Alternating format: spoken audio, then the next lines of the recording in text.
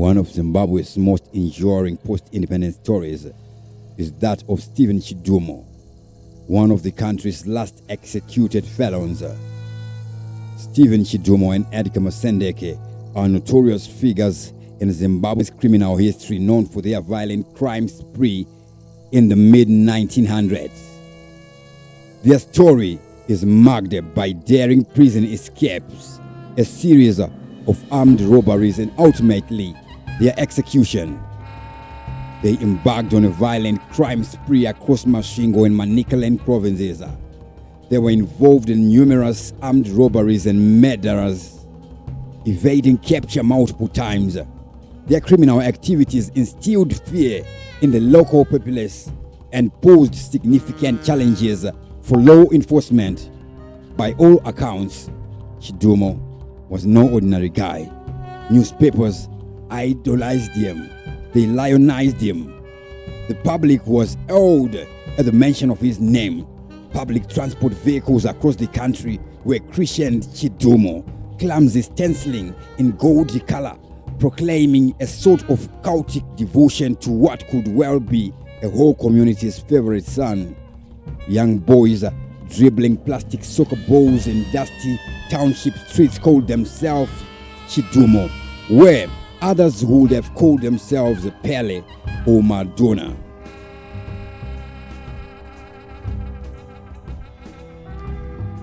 But there was nothing to romanticize about him. Chidhumo was a robber, a rapist, and a murderer. A police mugshot show him in big matted afro, staring straight into the camera. He became an icon class of celebrity culture as we know it, regularly referred to as Zimbabwe's most notorious criminal ever since his name first appeared in print in about 1991. As he spooked the country's streets, his name is not met with fear and loathing. It was met with admiration, usually reserved for the cinema's bad guys. Indeed, his life imitated art between 1991 and 2002 when he was executed.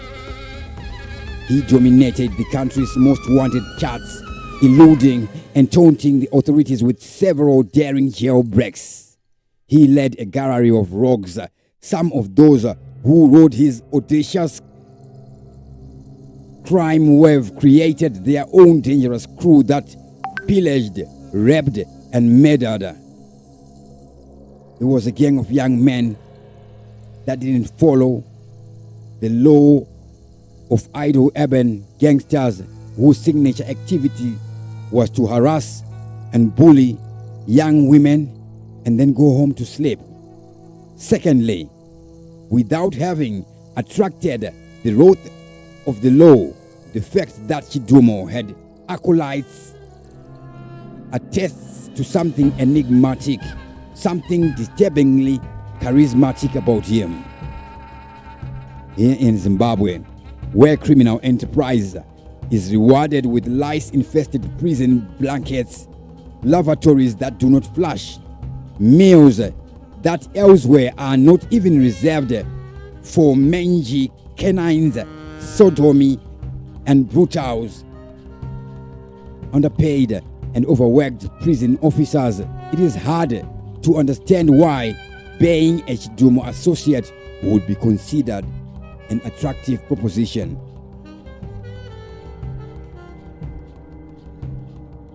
According to some accounts gleaned from police archives, court records, and newspaper reports, Chidhumo and his gang would retreat to their rural homes to cool off after committing serious crimes. They would make no efforts to go underground, as there was one raw businessman telling a newspaper that he regularly saw Chidhumo playing pool during the time he was said to be on the run.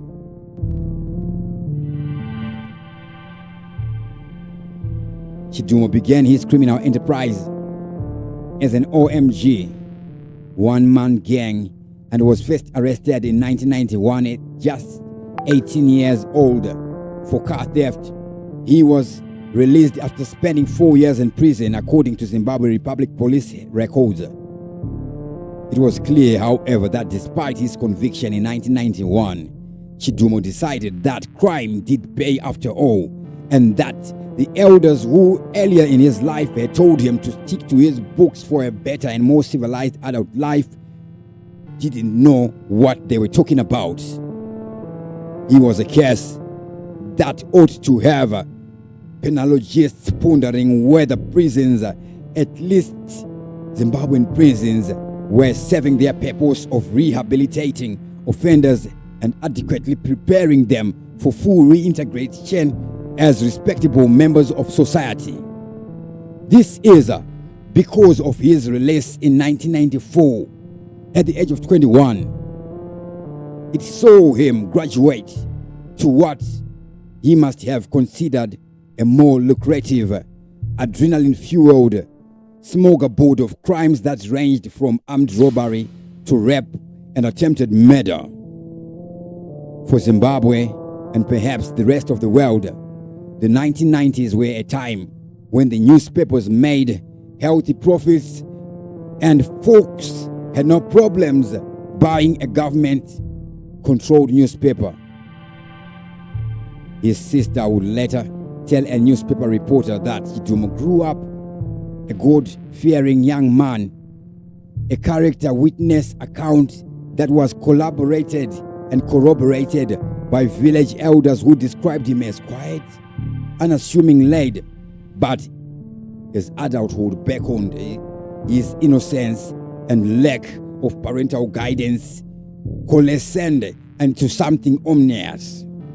No professional psychological profile exists of Chidhumo, yet his exploits could easily place him in the same league as a notorious psychopath. According to Walter Mangezi, a psychiatrist at the University of Zimbabwe, there were a lot of factors that could drive someone like Chidhumo to a life of lawlessness. He said that human behavior is a combination of nature and nature. A trauma in childhood and growing up in an environment that socializes crime, for example, the lack of boundaries and values and a parent figure to enforce these can result in crime. One can also be born with genes that predispose one to criminal behavior, for example, antisocial personality disorder. He continued. Chidhumo's father was reportedly a former police officer, and Chidhumo practiced karate. These factors would ordinarily point to a disciplined background. How then did he fall off the tracks so spectacularly? According to ZRP, when Chidhumo was released in 1994, he began a new life, living with relatives in Bulawayo, the country's second largest city. It is safe to bet that he imagined he was anonymous in his new domicile and that he could continue with his criminal ways unnoticed. He was, however, soon arrested, only to escape from police custody in Masvingo, home to the great Zimbabwe ruins. By the time it was clear that Chidhumo had long discarded any ideas of following the civilized ways of his ex-cop-turned businessman dead in August 1997, he escaped from Chikurubi's security prison. Two of his accomplices were to meet violent deaths shot by police less than 24 hours after their escape from Chikurubi, ZRP reported. Chidhumo made history in a movie lifestyle, escaped from Chikurubi maximum prison with 3 others. Ex-policeman Pedisai Musariri, ex-soldier Elias Chauke, and Mariko Ngulube Masariri was shot dead. Chauke was recaptured and Ngulube died from serious wounds sustained during the escape. Chidhumo managed to escape unscathed. For many ordinary Zimbabweans, Chidhumo was still the anti-hero they rooted for. Despite the trail of gore he left behind, police pointed out that Chidhumo was a student of the martial arts and practiced karate. Now, a horrible detail, considering he was a rapist and was certain to have used those skills to subdue his victims.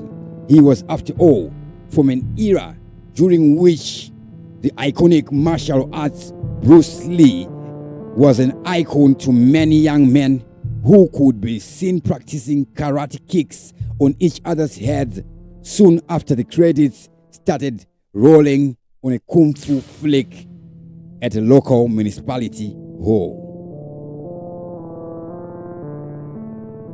Chidhumo made it all the way to Beira in neighboring Mozambique, and a bounty of 60,000 Zimbabwean dollars, it was a lot of money back then, was quickly put on his head.